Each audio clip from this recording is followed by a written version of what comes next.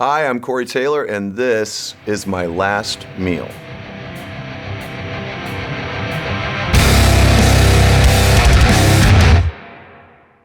Every person has exactly two things in common. We all gotta eat and we're all gonna die. Today's guest is a Grammy Award-winning musician and a New York Times bestselling author. He's sold out arenas across the globe in his band Stone Sour and Slipknot.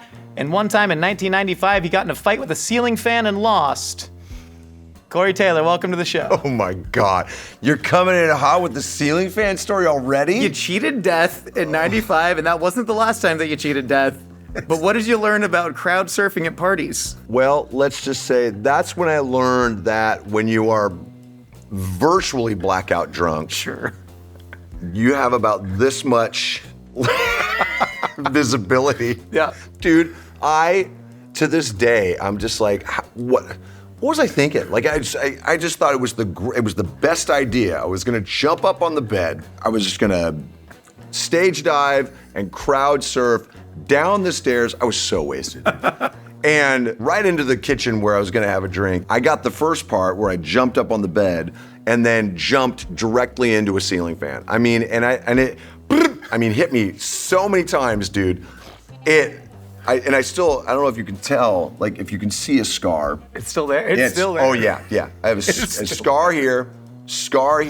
It bruised the tip of my nose. It blackened both my eyes. There's one photo from that time period because I had a show the next day. Jesus. So I'm on stage with Stone Sour, dude, and I look like I got just jumped like behind a bar somewhere. And I'm just like, I look psychotic, long ass hair.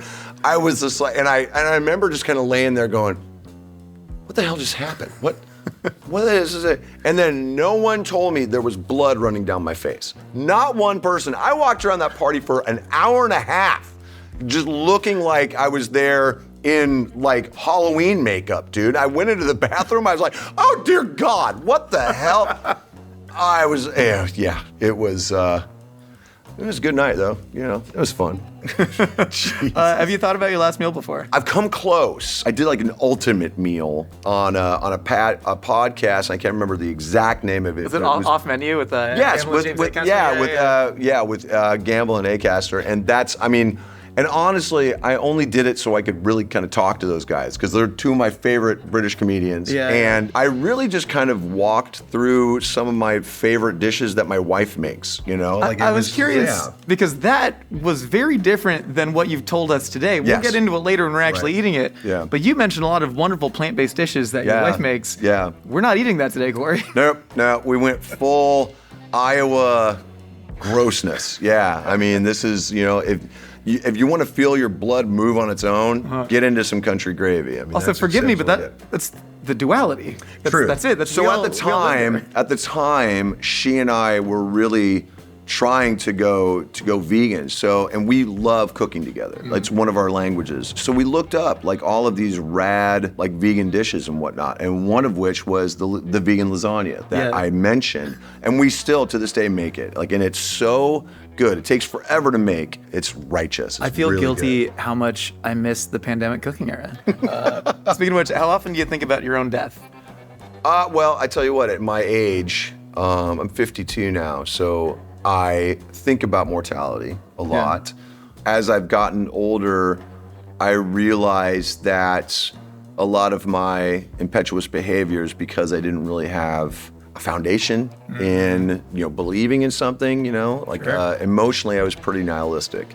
As an alcoholic and as an addict, you tend to kind of drive towards extremes, man, So once I kind of started to look for meaning, it meant that I kind of had to stare at least some sort of mortality in the face, And I've been gifted with the fact that my family, at least on my mom's side, has lived very long. They all have lived into their 90s, and I'm just like, oh my God, really? So You sound disappointed that you have to live so much longer. It's all about the quality of life as well, So when you start to appreciate life, that's when you also start to look at, okay, well, there's a finite amount of years left. So I have only just recently rediscovered appreciation and gratitude. So it meant starting over. Even this late in the game, man, you know, starting over, looking at how I treated people who worked with me, how I treated people who I loved, how I treated people who I didn't need anything from. And the one thing that I can say is that when that time comes, I want to be able to look back at who I was. And I may not have been perfect, but I want to look back and go, okay, I like who I was at the end. Corey, for the first course of your final meal on Earth, I mean, this is the Corey Taylor Diner special, baby. Oh my God. This is the chicken fried steak, the scrambled eggs, the hash browns, get all the accoutrement. We got, I hope this is a slightly sub-lethal dose of gravy, sourdough toast with the butter, sweet tea, big ass side of bacon. That's about it. And then we got a whole pot of coffee. Can I refill your cup? Holy Can I refill your cup, dear? Of course. There you Yeah. go. Work for tips. Knock it down. God, these goddamn heels are killing me. You know, the great thing is that like I grew up in Iowa, but I do a Wisconsin accent really good. Oh, look at this. Oh, they brought fresh Sanka because they knew we were getting together today. Oh my God, darling, I haven't beautiful. been here in years, and the cookie's still so cute. Look at him. Do you think he's now? No, he's widowed. Okay. Oh, that's good coffee too. God damn, let's go. How many ounces of coffee do you think you're drinking these days?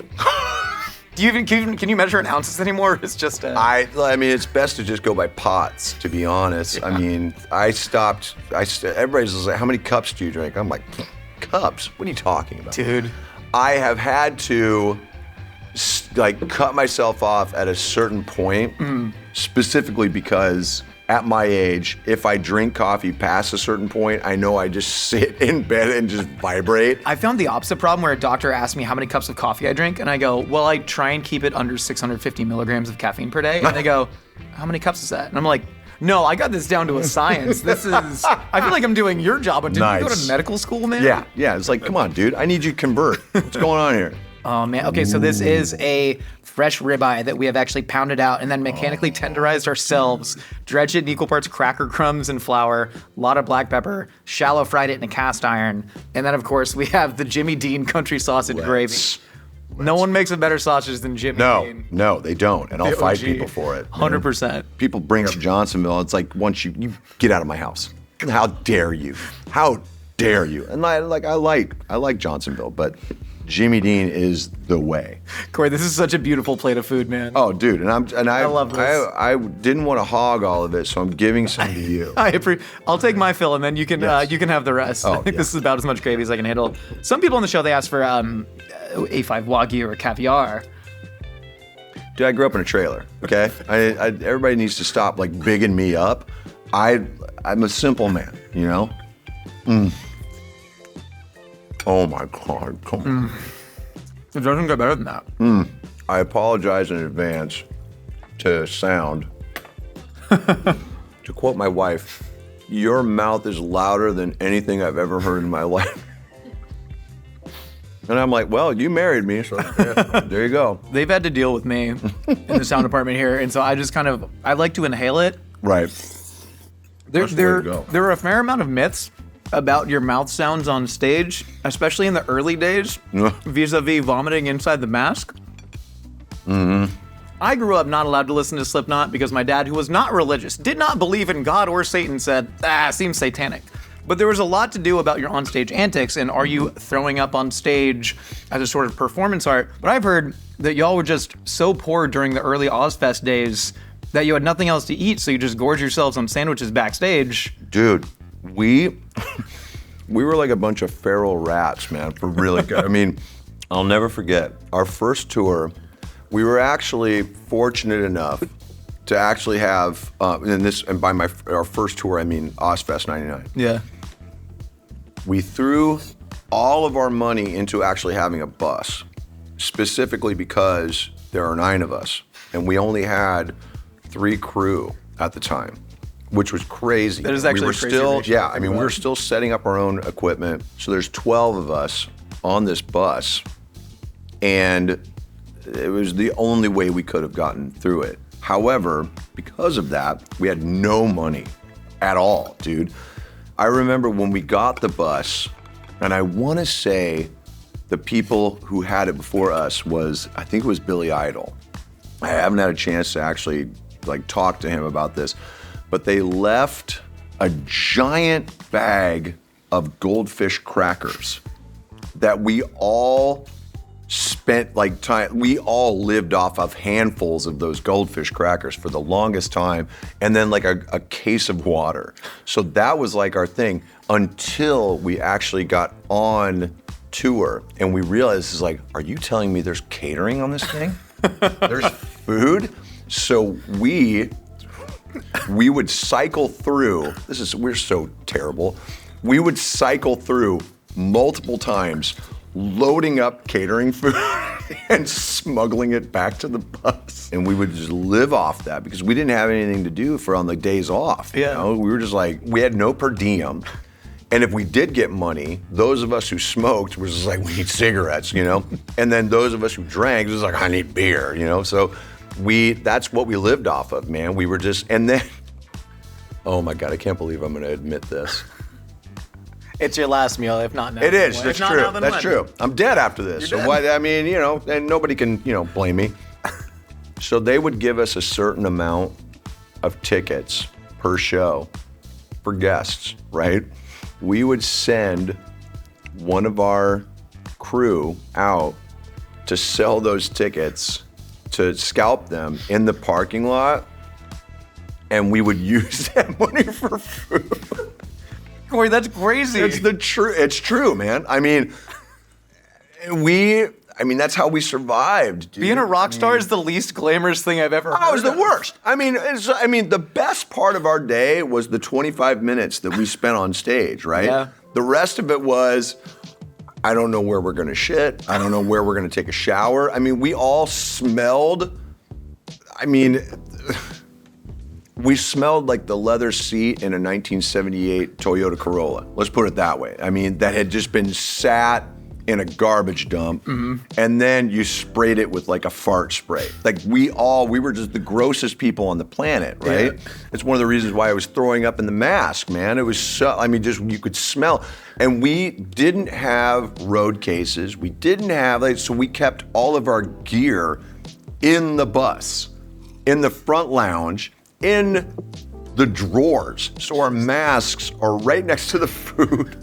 And it just smelled so bad. By the time we got done with that tour, the bus driver was just like, I never want to see you again. And his name was Terry. He was the nicest person on the planet, but he probably has PTSD from having to deal with us, dude. I mean, it was like the best time of my life.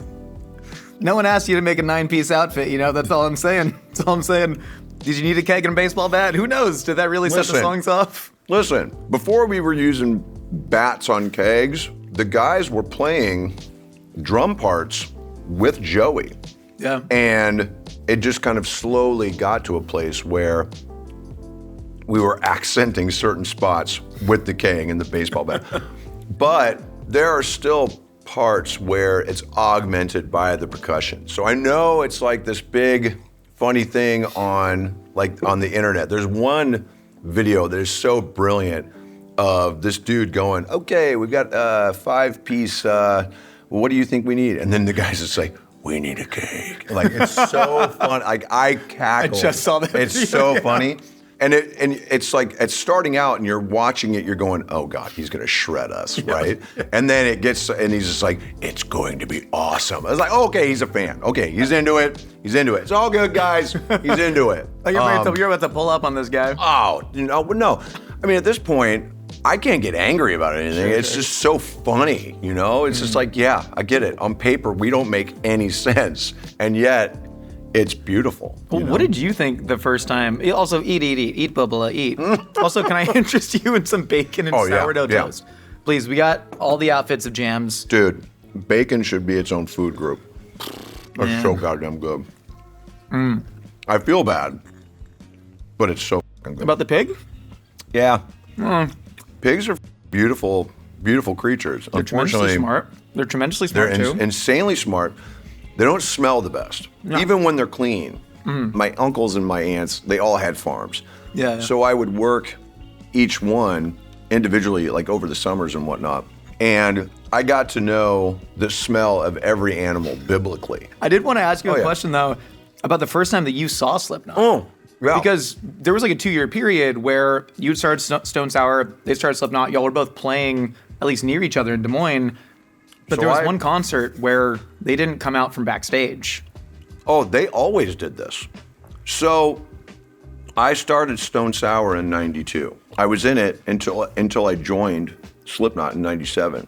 I moved away for a little bit. I was living in Denver. So I come back and everyone's talking about the new band that all the guys had put together. And I knew everybody in Slipknot because I knew all of their individual bands.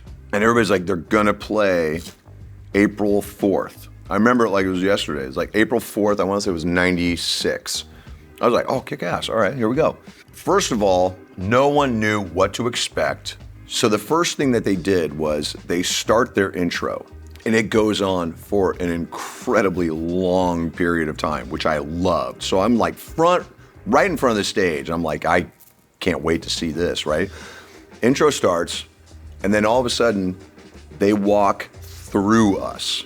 They crawl through us from the back, and we're like, what the hell is, they all roll onto stage or climb up onto stage. Did you know about the masks? Like, No. was that part of it? I had no clue until I saw them, and I was like, oh shit, this is, what the hell, dude?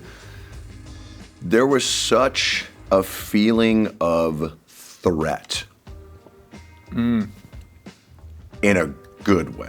Yeah. Because we all had grown up listening to extreme music, whether it was, hardcore or punk or metal or, just whatever. We all, because it was Iowa, it was never hard enough. It was never fast enough. It was never crazy enough because we just needed that, They got on stage, and then all of a sudden, Clown does a flip, and Joey at the same time starts this blast, and it's just feedback, and it's just like, gosh, and everybody's just playing at the same time, and we're just like,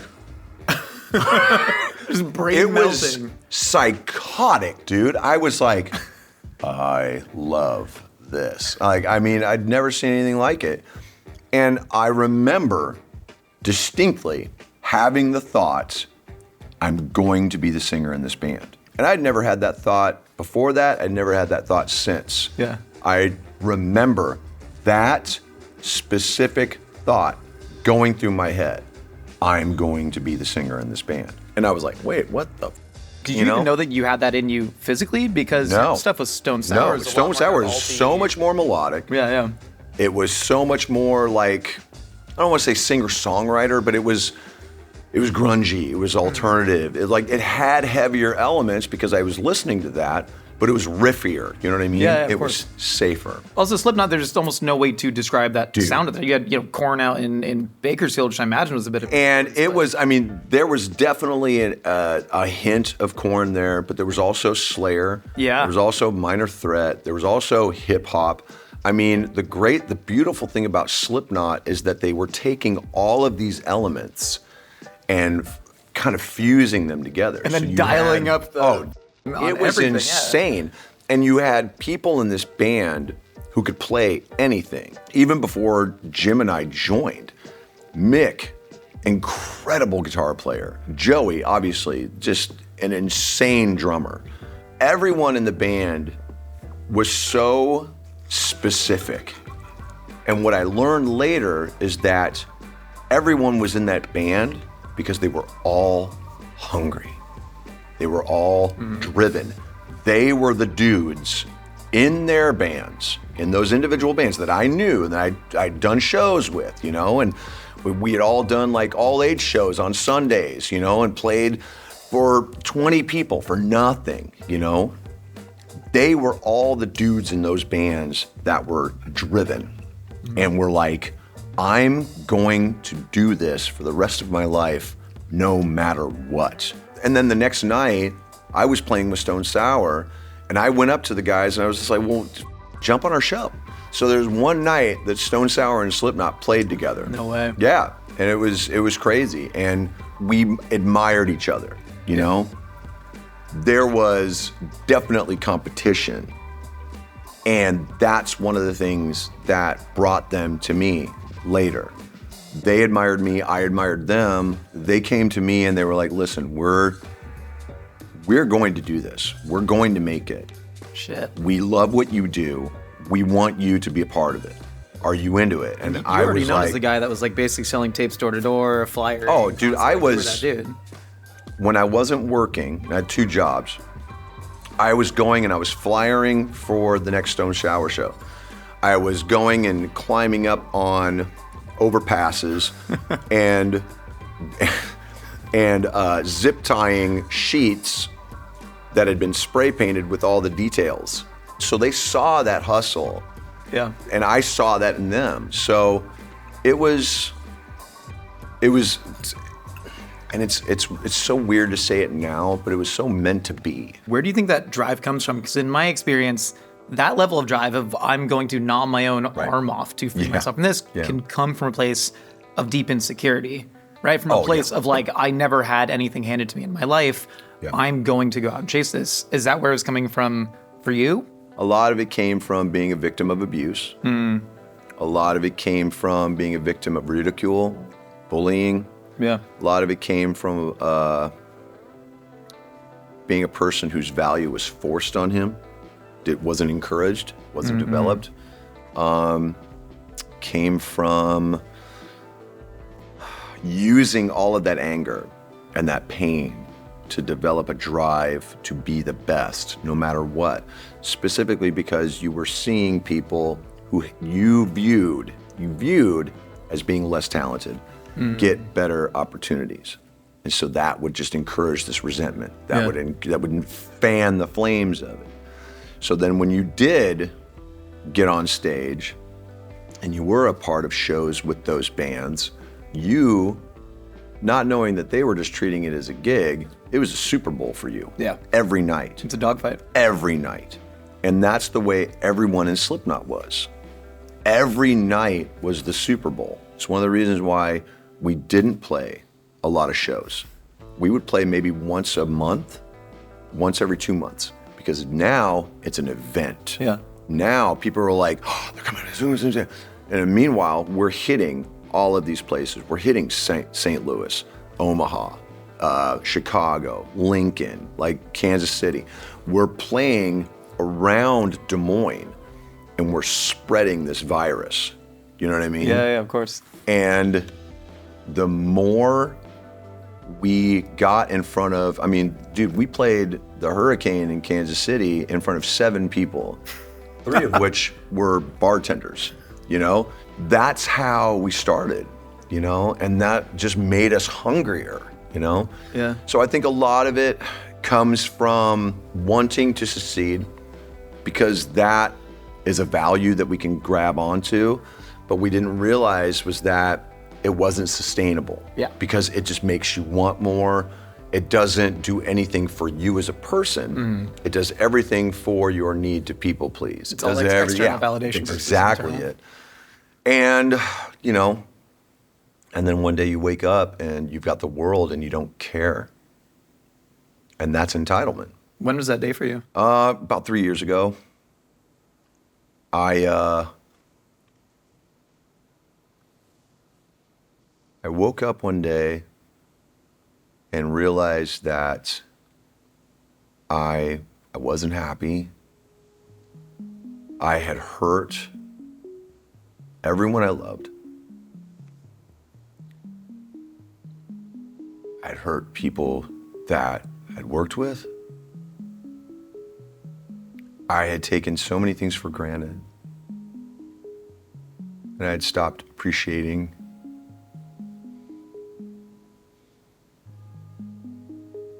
not just what I had built, but the people who I had in my life. And what I realized was that it had been coming on for years. It's just been getting worse and worse and worse until I realized that this person who I was, I hated. didn't want to be that. I didn't want to be a person who hid behind his ego because I was too insecure to realize that I was empty inside. And suddenly it wasn't enough that I had all this success. I had all these fans. Suddenly the thing that mattered the most, I couldn't tap into because it wasn't there. Yeah. And I kind of started the arduous process of building me back. And it hasn't been perfect. It's meant looking at a lot of the mistakes that I've made and doing my best to make amends for it, especially to my family, my wife,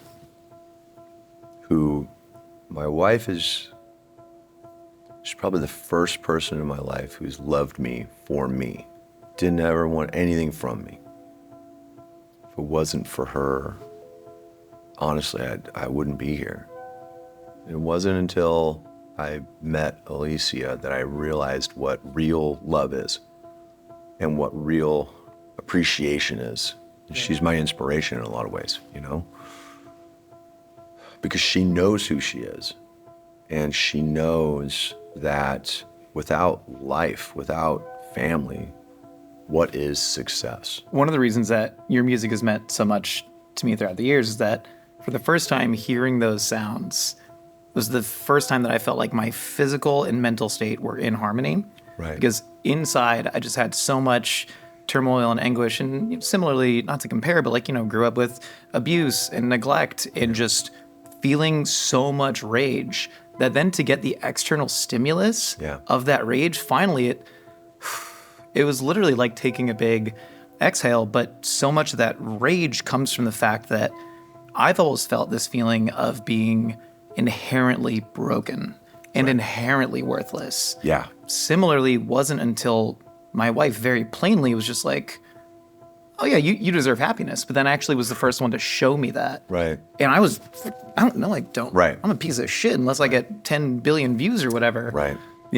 But having that other person not tell me they love me, but tell me that you should love yourself. Inherent value. And that is something that no one ever told us. Yeah. No one ever sits us down and does that. And I don't know why. I don't know if it's because of there's just a different culture that we grow up with as men, or because we're not taught to be vulnerable. We're not taught that being vulnerable is a show of strength. We're not taught to be supportive. We are taught to be stoic. We are taught to be strong. And in a lot of ways, that encourages a lot of the negative things that permeate a masculine culture like that. And then all of a sudden, we're thrust into this place where suddenly now we need that. And we're like, What if I got real mad at people that love me? Yeah. I mean, it's taken 3 therapists and all working simultaneously.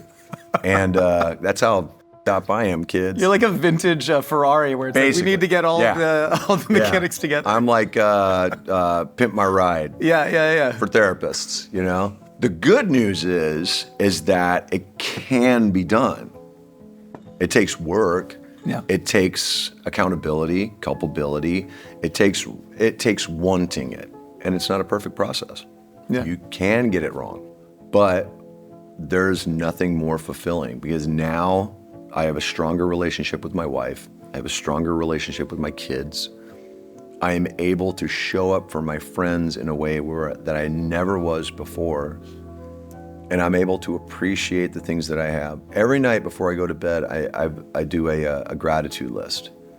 And it's always different, but it's always dedicated to the things that have made my life easier and reminded me of who I am. And it's a great habit to get into because you see that life isn't just about you, man. Life is symbiotic. Life is a series of systems all kind of permeating. It's like a nest of guitar cables that you're staring at going, I don't even know how to unwind that, you know?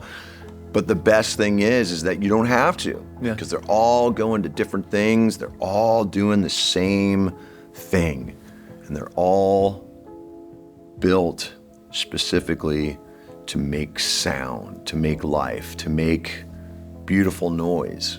So I'm grateful for everyone that makes my life better. You know, from the guys behind that curtain to the people who made my coffee earlier, to my wife and daughter who are on a plane coming here, everything. And I truly try to show that appreciation, you know?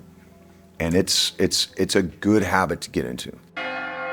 Corey, for the second course of your final meal, now, you didn't explicitly order this, but if I can quote... Oh, shit. You wrote a book about the 7 deadly sins. In the chapter about wrath, you write, movie theater nachos are a f***ing lie. Yes, 100%. They're a public travesty to all things edible, a moral distraction brought on in an attempt to reshuffle a stagnant menu produced by an industry pigeonholed by their own narrow views. Real nachos are an event, a glorious commingling of meats, cheeses, peppers, chipotle, sour cream, guacamole, and crispy maize saucers for 2 or more people bent on abdominal destruction. Nachos should be a mountainous conflagration, a majestic Tex-Mex experience in which every bite is delicious, yet no 2 bites taste the same. So Corey, that is what we have today. I don't know if you can tell, I am smiling like a fucking asshole right now. Oh my God, dude. This is the duality of man right here. This is the rage and the love. This is the utter... This is not nachos. Bullshit. This is not nachos. How dare you? This is chips and dip. That's fine. But how dare you? How dare you call this nachos? Oh, are you ready? Dig in, man. I got my little first fistful here. You know they're good nachos when the chips are just gush.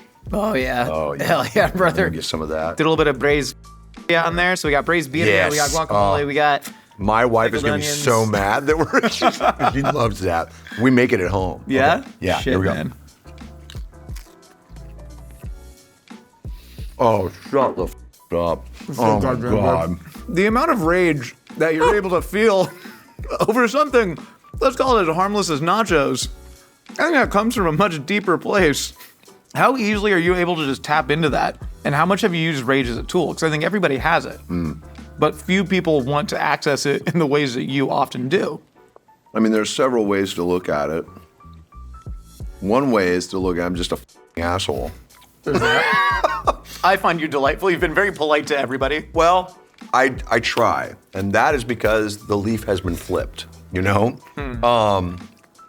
But it hasn't always been such. I've struggled with it. But again, appreciation, gratitude, that changes you. Yeah. And it changes the way that you treat people. Best thing that I ever learned was 2 things.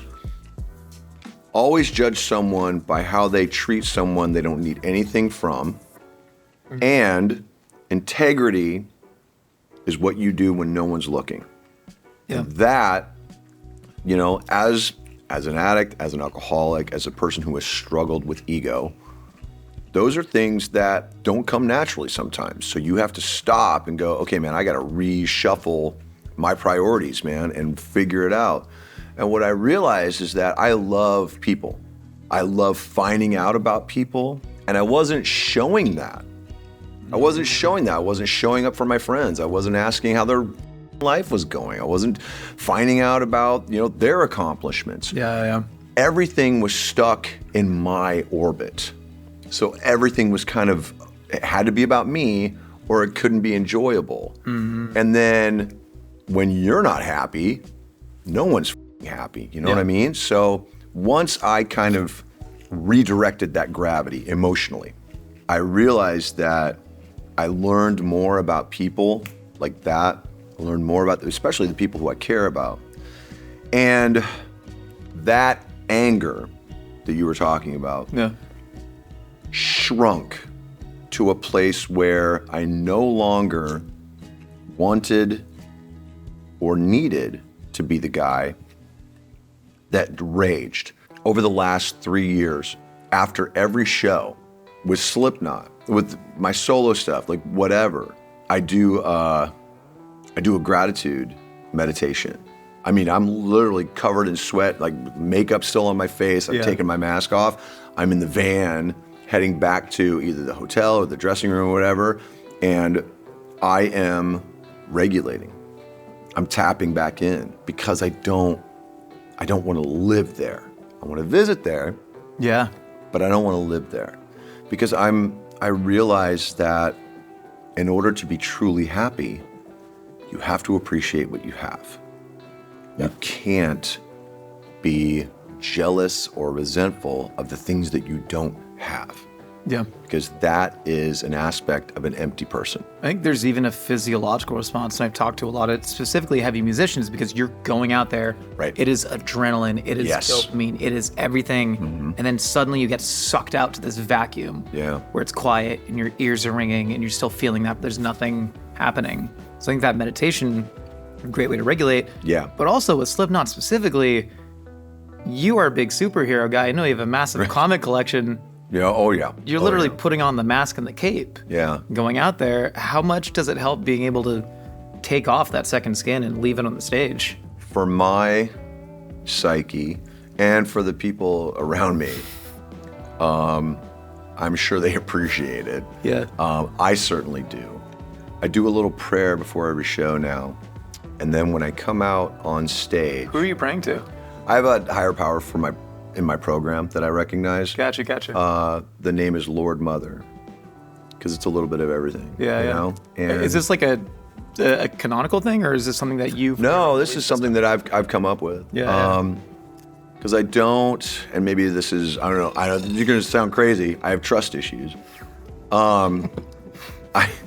I don't really trust a lot of organized religion. However, in the program that I'm in, we are obviously encouraged to realize a higher power that's greater than us. You know? So to me, Lord Mother is the yin and the yang. It's the alpha and the omega. It's the ending and the beginning, and it's everything around us. Yeah. When you open up to it, it's like feeling a breeze on the hottest summer day. It's like a glass of iced tea, man. You get that little sweetness, but then your thirst is quenched. You know? Like it's beautiful, and it's taken me time to learn to listen to it. And I've never been a religious person. I've never been a spiritual person, but letting go of that, of the incredible weight of ego, has helped me listen. I don't know if you know the story, but I was at a show at a venue called the Echoplex, one of my favorite venues in LA, and I was watching a band. They were opening for the band that I was actually there to see, but I was familiar with this band. I was watching their stuff, and they were just utterly murdering on stage. I was kind of at the edge of the picks. I'm 30 and I have a bad back now. But somebody comes up to me and they kind of like tug on my shirt, and they're like, "Hey, my brother's the lead singer. We watch you all the time. Would you want to come say what's up?" Oh. And so I went to the back, at the bar, and this, I think he was probably 19 or 20 years old, soaking wet kid, covered in blue and black body paint, comes out. I think he's playing a Nintendo DS. And he comes up and he goes, "Oh, hey, what's up, man? I love Mythical Kitchen." I was like, "Dude, you guys ripped it up there." I was like, "Listen, I'm an old head now, and you probably don't know this band because you're a little young, but you sound just like Corey Taylor from Slipknot." And he goes, "Okay." And I said, "All right, dick." I didn't say that to him. But I was kind of confused by his response. The band was called Vended, and I had no idea that was your. I had no idea that was your son. You didn't know Griffin was my boy? I'd heard Vended, and I was like, "Oh, they rip. I'm gonna catch their set." You know what I mean? I'm gonna come in. He reacted like this that. is like 4 years ago too. Yeah. But like literally the fact that they kind of don't go lead with that. But I was watching him and I was like, man, he just sounds so much like Corey and has just this tremendous stage presence, especially for his age. And then, I ended up DMing him later and being like, "Dude, I am such a dumbass." And we've been chatting since. By the way, he is so mad that he can't be here. Because I told him, I was like, "I'm going to be on Mythical Kitchen." He's like, "What?" So mad. I was like, "You got to come out." He's like, "I'm in the studio." So they're in Nashville right now. Good to know they're recording right now. And the cool thing is they're working with Nick Raskulinix, who I worked with Stone Sour. No way. So so it's like, so me and Nick trade insults through my boy, so it's very funny. I did not know that. Yep. That's amazing. I felt like such a As soon as you douchebag, started man. saying and then as soon as you said blue and black makeup, and I was like, oh, okay. I thought when I said he was playing a Nintendo DS in a bar, because I don't think he's of legal drinking age yet. As a father, all you really want for your kid is for them to find something that makes them sing, like something, and I don't mean like literally or whatever. Yeah. You just want them to find themselves, So I spent a lot of years with Griff trying to find out like what he was into, what he wanted to do, So that meant, trying art, trying sports, trying that, because I had all of that when I was growing up, And he just was kind of listless, but I also didn't force anything on him. Like I offered to teach him guitar, and he was just like, man, I'm not. It's like, okay, all good. Yeah. We'll find it someday. And then years later, man, we bonded over songwriting because he was asking me questions and stuff. He's like, what do you do when you get stuck? I was like, honestly, I walk away. And then once I stop thinking about it, the idea comes, and then I can come back and I can finish it out. And he had never asked my advice about anything. Ever. Yeah. He was always just a very self-motivated kid. And I was so proud of him, as to watch him kind of come into his own, I watched him start, they were playing parties in basements and then did their first show in a club, and me and Alicia flew in specifically to see it, and now they're working on their next album, which is, it's awesome. Corey, for the final course of your final meal on Earth, we have a large bowl of peanut butter and maple syrup and a bunch of silver dollar pancakes. I know there was a period of several years in your life where you couldn't eat pancakes with maple syrup. Well, yeah, Ipecac tastes like maple syrup. Yeah. Was that the inspiration for this? Or? No. Okay, so bear with me, all right? This is a holdover from my drug days. Go on.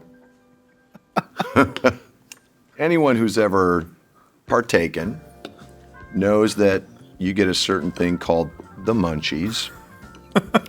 And my mom, who was the first person who got me high, my mom would get the munchies and find the weirdest shit to eat. And one of the things that she would do is she would just take a bunch of peanut butter and a bunch of syrup and then just mix it in a bowl and eat it. Now you need to prepare yourself for how arid your mouth is about to get. I have It is no about idea to what's going to happen It's inside going to suck there. all the moisture out of your face, okay? Jesus. So here we go.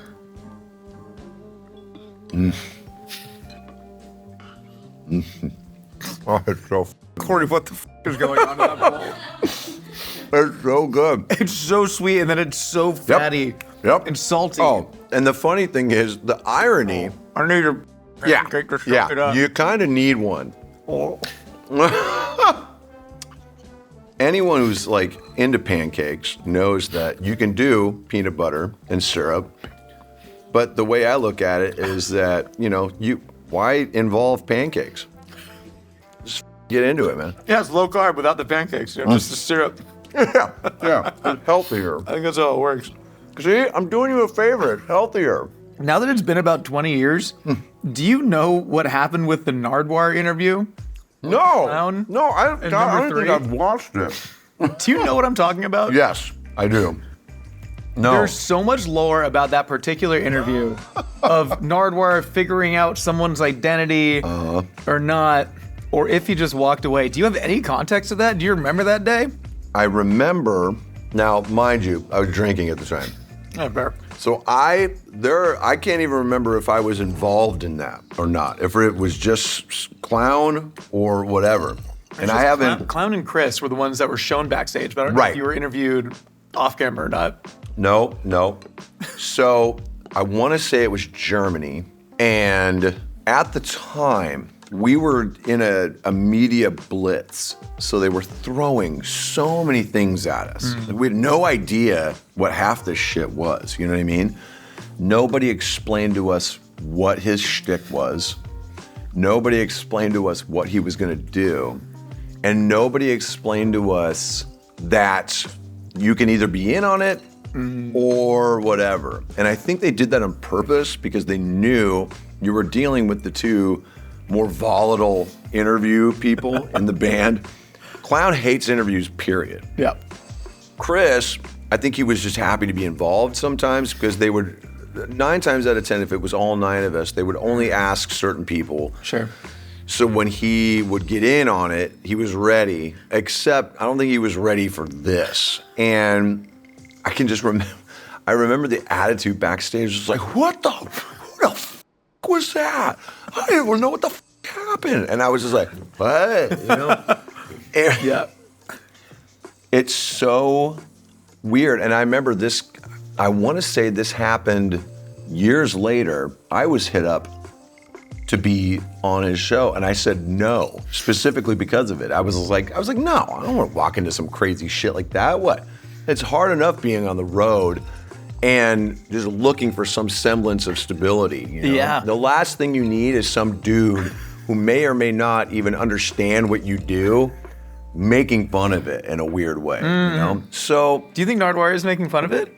I think at the time we thought he Yeah, was. sure. You know, because we were insecure, man. You know, we were younger. We had enough people around us who were making fun of us Yeah. that we didn't need one more person. Even you having know? to go on Larry King and go like, Yeah, dude. Yeah, this Well, I is, mean, I think this is music, you know? Well, and Crazy thing. you know, the funny thing about Larry is like I expected it from him. Sure, You know? sure, I mean, yeah. and he was so, honestly, the best compliment I ever got was from one of his producers. He said, that went really, really well. And I go, well, how? What do you mean?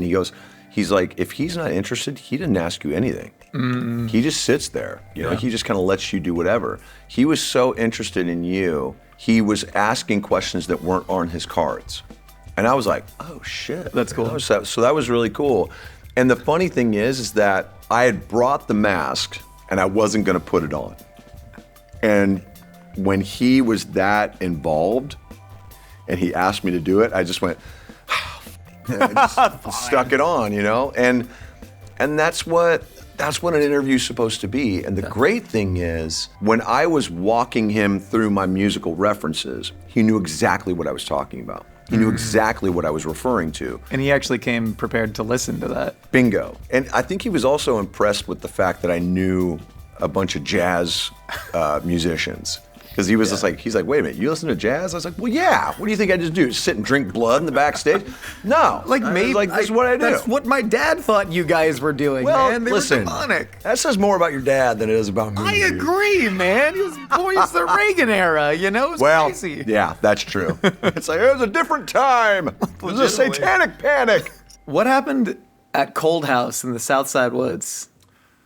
Dude, you know, the crazy thing is the house isn't even there anymore. It's a Quick Trip, which is so crazy. Quick Trip is a convenience store. I was 8 or 9 years old. This was like my first real exposure to something that was supernatural. My friends and I, we would run around the woods just off of Southeast 14th and Park Avenue. And at the time, it was all woods, right? We went there all the time. We walked through there all the time. There was a trail, and just off of the trail was an abandoned house that we just called Cold House. It was, first of all, the scariest thing I'd ever seen. You know, it's 2 stories, it's crazy, it's all dilapidated. It looked like it was just kind of sitting there like this and was like folding in on itself, you know? None of us ever had the balls to go in, right? And yet, the night we decided to go, so we slowly but surely start to make our way up onto the steps, through the door, which was kind of falling through anyway. And we go inside, kind of, doing as nobody really had the balls to go upstairs, right? And then all of a sudden, we started hearing footsteps upstairs. And we were like, we come around where the stairs are, and we look up. The only thing that I can describe it was like this glow. And there's this backlit being, this dark figure. And you couldn't see his face, you couldn't see his features, but you could just feel that he was like looking at us. It looked like a man, which is why I'm saying he. You've never heard, 9 kids scream louder than, "Ah!" We ran through the door. My foot goes through the porch. I turn around, the thing is still coming towards us. And is it walking? Is it glide? It looked like it was just kind of moving towards us. Like, it didn't look like it was walking. Yeah. It just looked like it was flowing. Rip my foot out. We run. I still have a scar in this leg, like where the splinters got in it. And we run back to just outside of my apartment, and we're kind of sitting. None of us wanted to believe what we had just seen, Yeah. People immediately just started going, well, I mean, it was obviously a person, whatever it is. And someone was like, no, dude, the thing was floating. So, I mean, it was like this whole thing. And then as time went on, people denied that it even happened anyway. But I still have this I could see it. Like when I'm talking about it, I can see it happening, even 42 years later. And I feel like it's because of my energy. When you explain it like that, people go, you're so full of shit. And I'm just like, hey man, look, I'm not trying to convince you. I'm just seeing. A lot of people believe in a lot of different things. Exactly. Yeah. I just know what I've seen, And one of the reasons why I wrote that book was because I was trying to make sense of it, because at the time I wasn't religious. Mm-hmm. And a lot of people tend to skew very religious when it comes to that stuff. Yeah. And I mean, that's kind of a perfect thing to, talk about on Last Meals. It's just like, well, what happens after you die? Well, I feel like either you are a powerful enough energy source that you can be indelible and print yourself on this soul and stay behind. Yeah. Or you blend in with the rest of the energy that's around you and you just become the next phase, What do you think that next phase looks like? Like, is there any fundamental text that you've tied this belief system to, or is this just things that you've experienced? Well, I mean, it all kind of depends on what you believe in. Yeah. If we were to subscribe to what I just talked about, that would mean believing in reincarnation. That would mean believing in the fact that energy cannot be destroyed or created. So we're basically just playing with energy that's been here for years, I don't know. I'd like to think that, I'd like to think that my energy will kind of be donated back to the power source and then dealt out to, whoever's next on the dock. Is that comforting for you, especially, somebody who's lost people in your life? I'm thinking about Paul Gray. I mean, The Devil and I is probably my favorite song you've written. But, you've lost people that are close to you. Is that a comfort to know that they might still be there with you? I hope so, especially people, like Paul and like Joey, Their spirit was so strong, in two very different ways. Yeah. But they were so palpable that I would like to think that there are young ones walking around with a little bit of their magic, because they were, man. They were magic. They were so gifted. And obviously they had demons that they fought. And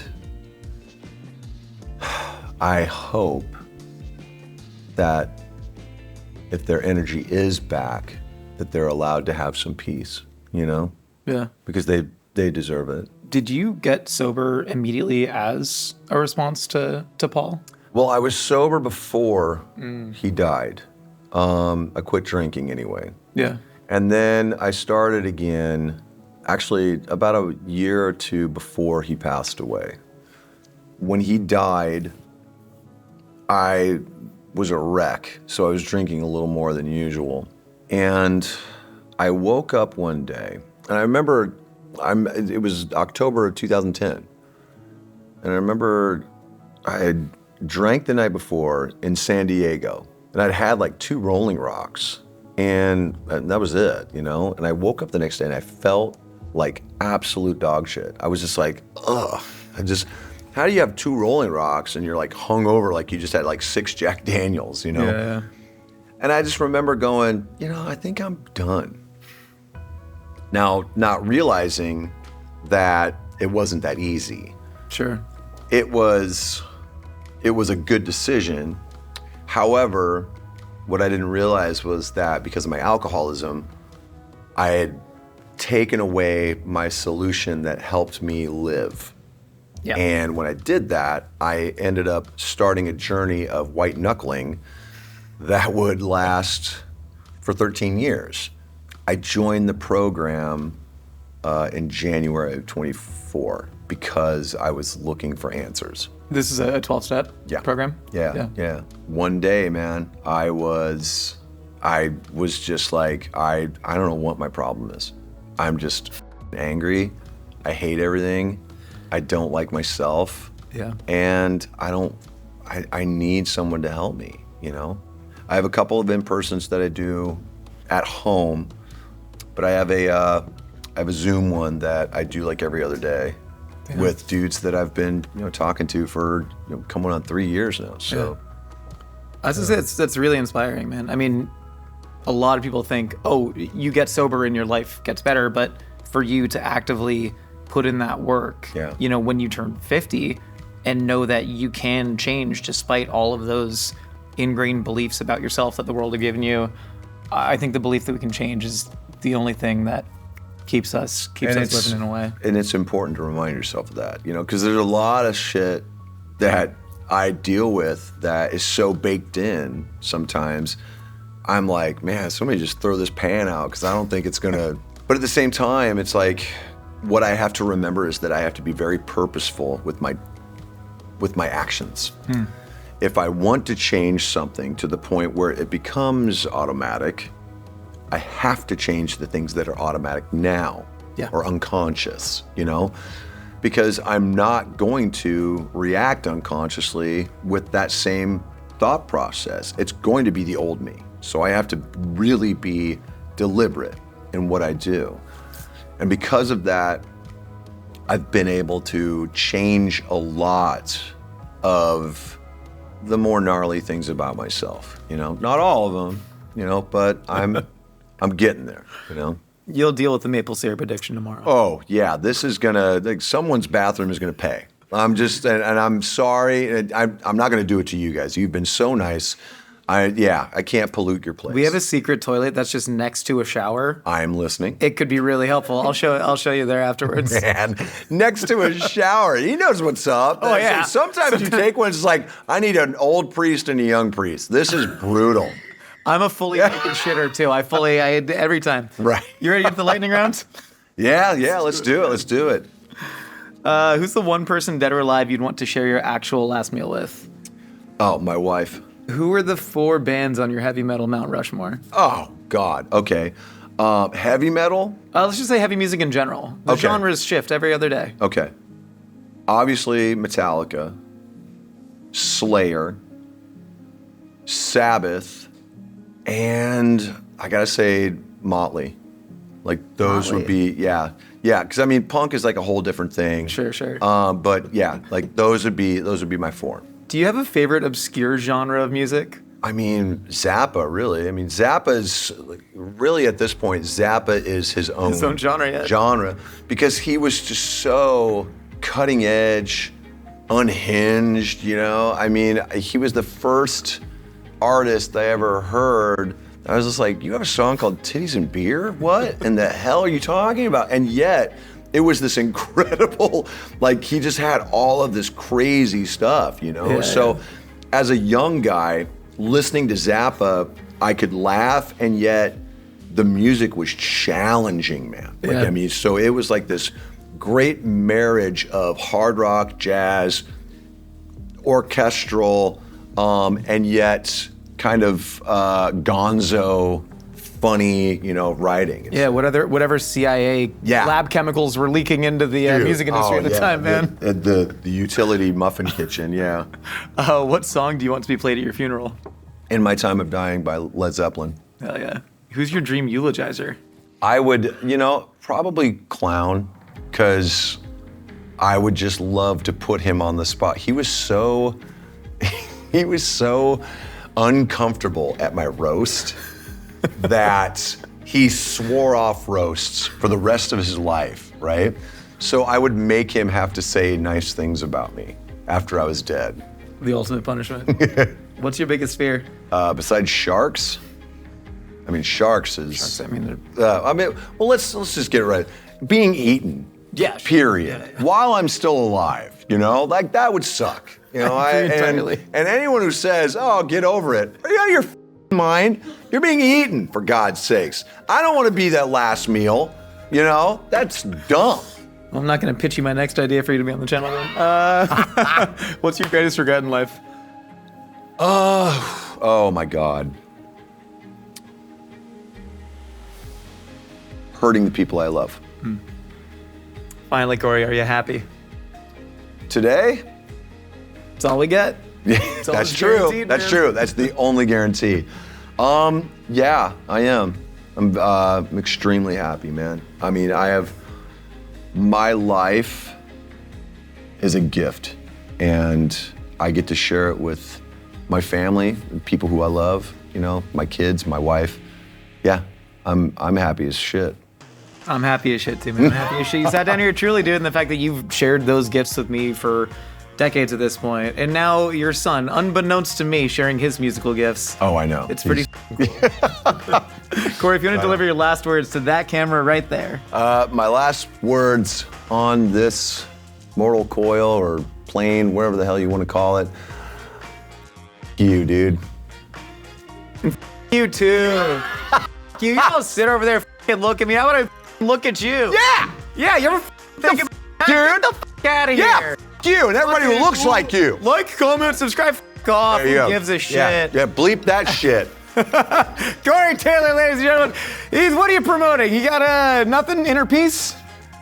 I mean, make every day matter. There you go. That's real, though. Yeah. That's real. Hell yeah, dog. There it See is. you next time. Get your new Last Meals hoodie now at mythical.com.